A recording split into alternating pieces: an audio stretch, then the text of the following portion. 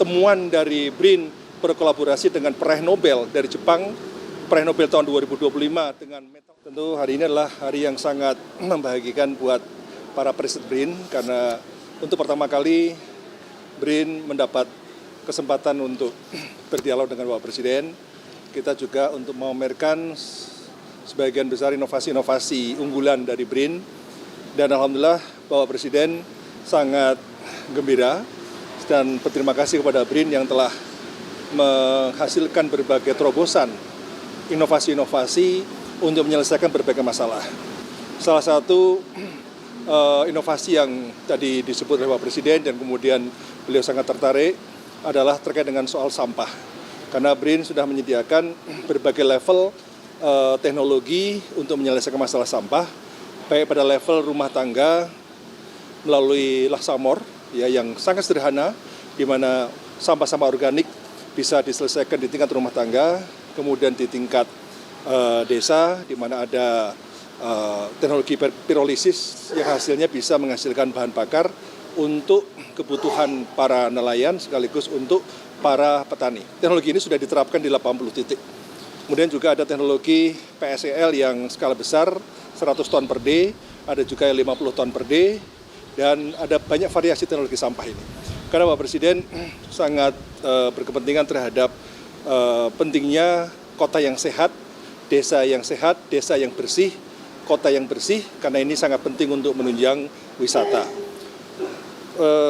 Rekan-rekan media semua, kemudian Bapak Presiden juga tadi mencermati inovasi-inovasi BRIN dalam bidang energi, di mana BRIN diminta untuk terus mengkaji untuk bagaimana mencapai kedaulatan energi, kemandirian energi, karena kita tidak boleh tergantung dengan asing.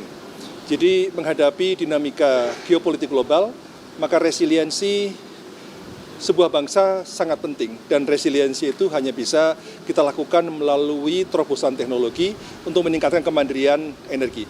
Salah satu yang tadi beliau sangat tertarik adalah bagaimana memanfaatkan CNG. Jadi CNG sebagai gas alam Indonesia ini sangat melimpah, namun pada saat yang sama kita tergantung pada LPG. Selama ini impor LPG sangat besar.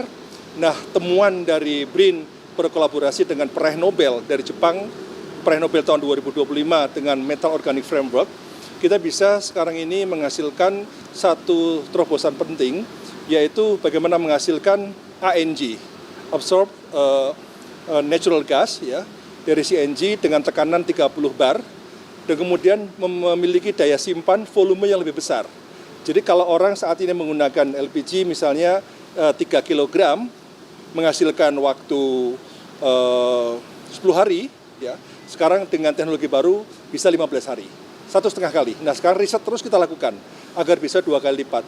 Kalau ini diterapkan maka bisa menghemat 26 triliun per tahun terkait dengan energi ini. Nah ini riset terus kita lakukan, ini sedang masih uji coba.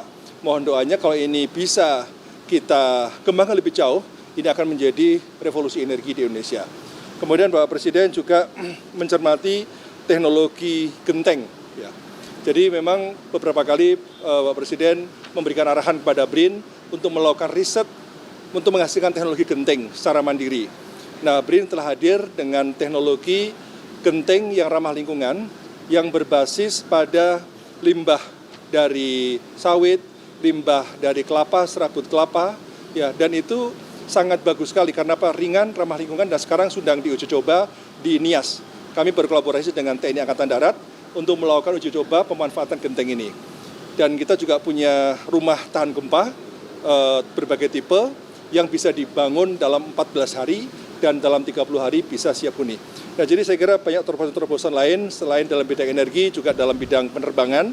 Tadi juga beliau sangat tertarik sekali dengan N219 yang sudah dikembangkan oleh BRIN dengan PT DI, dan sekarang kita sedang mengembangkan untuk pesawat amfibi. Nah, ini risetnya sedang berlangsung dan moga-moga ini bisa segera selesai dan kemudian setelah sertifikasi bisa dikembangkan di Indonesia untuk bisa mengatasi masalah konektivitas antar pulau. Karena dengan pesawat amfibi maka tidak diperlukan investasi untuk runway, karena kita menggunakan air sebagai tempat pendaratan dan untuk lalu lintas penerbangan itu.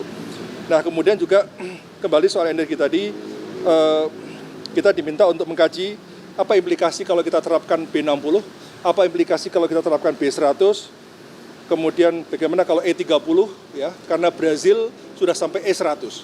Jadi BRIN diminta untuk mengkaji secara holistik policy terkait dengan energi ini.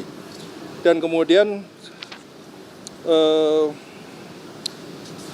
terakhir ya, selain soal resiliensi tadi, Pak Presiden terus menyemangati para periset agar tetap sabar, namun juga harus kerja keras, karena untuk meraih Indonesia 2045 nomor 4 besar di dunia ini dibutuhkan kerja keras dan kesabaran. Dan beliau sudah membuktikan bahwa beliau menyampaikan, ya sekarang BRIN sudah sering diundang rapat di istana, kemudian diskusi dengan Pak Presiden, dan hari ini kami para periset diundang 150 orang untuk dialog lebih jauh lagi, serta memamerkan ini bukti bahwa Bapak Presiden memiliki komitmen besar untuk memperkuat teknologi, karena beliau selalu mengatakan bahwa penguasaan teknologi adalah soal martabat bangsa. Terima kasih. Ya, pertanyaan.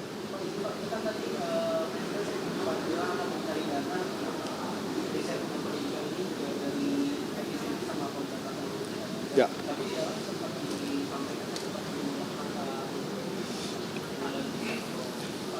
Beliau memang tidak memberikan statement secara eksplisit terkait soal dana riset, akan tapi beliau sudah memberikan policy akan ada tambahan 4 triliun dana riset.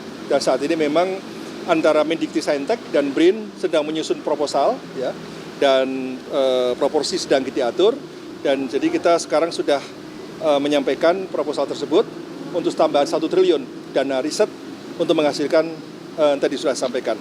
Satu lagi, tadi Pak Presiden juga sangat tertarik dengan sepatu ini.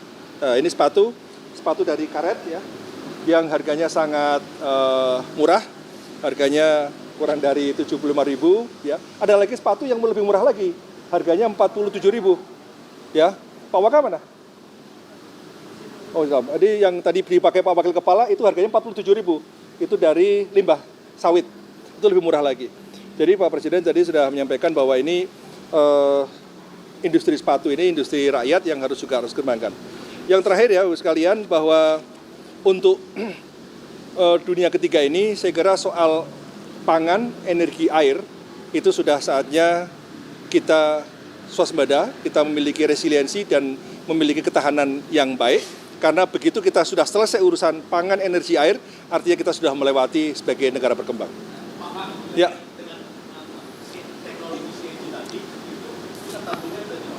Ya.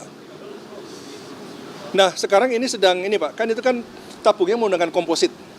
Nah, sekarang dari sisi teknis sedang diuji coba untuk HoReCa, ya, kita akan melihat bagaimana pemanfaatan teknologi baru dengan metal organic framework yang bisa menyerap gas dalam jumlah besar, volume lebih besar, menggunakan CNG. Nah, sekarang lagi dikaji dari sisi tabungnya, kompositnya, ini menggunakan komposit yang berbeda dengan tabung logam saat ini. Ya.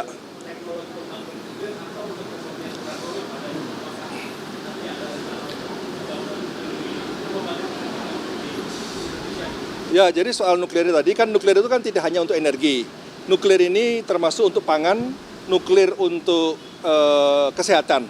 Jadi sekarang itu kita sudah, tadi saya sampaikan ada radiofarmaka yang sudah dikembangkan, dan ini akan sangat penting untuk identifikasi kanker maupun untuk mengatasi kanker. Nah, oleh karena itu ini nuklir untuk pangan dan kesehatan ini harus kita dorong. Termasuk di dalamnya adalah bagaimana pengawetan pangan dengan nuklir. Kalau kita ekspor buah-buahan, memang beberapa negara mensyaratkan adanya iradiasi. Supaya apa? Supaya bahan buah-buahannya itu lebih awet.